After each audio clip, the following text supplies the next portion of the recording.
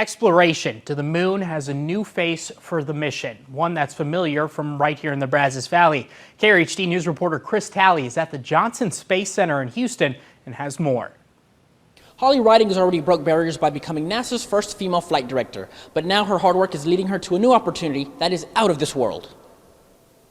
Since 1967, Houston has been known as the Space City, home to NASA's manned spacecraft facility, the Johnson Space Center. A rich history in space exploration, NASA makes another giant leap for mankind. One Aggie grad, Holly Ridings, is at the forefront with a new major role.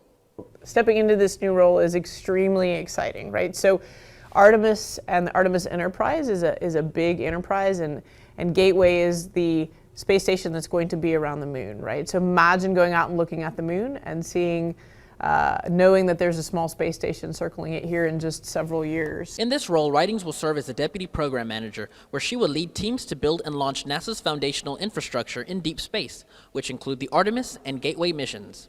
Ridings says the dream all started right here in Aggieland.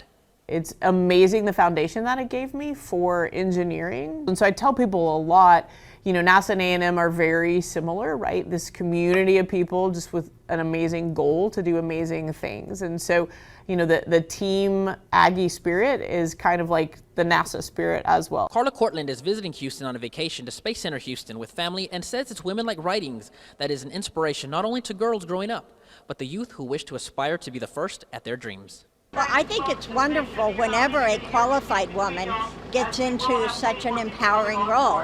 She makes a great role model for young women who can seek to become also into such an empowering role. Ridings says it's a responsibility to pave the way for others to do great things.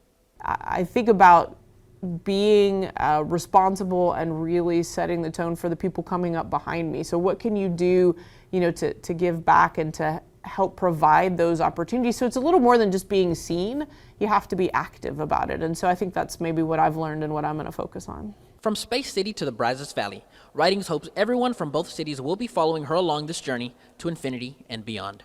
I hope what it means to the Brazos Valley is that, you know, they'll be following along. Here in Houston at the Johnson Space Center, we're not that far away. You know, it's almost like we're right next to each other. So, you know, follow along, get excited about space and share it with others. Come down and visit.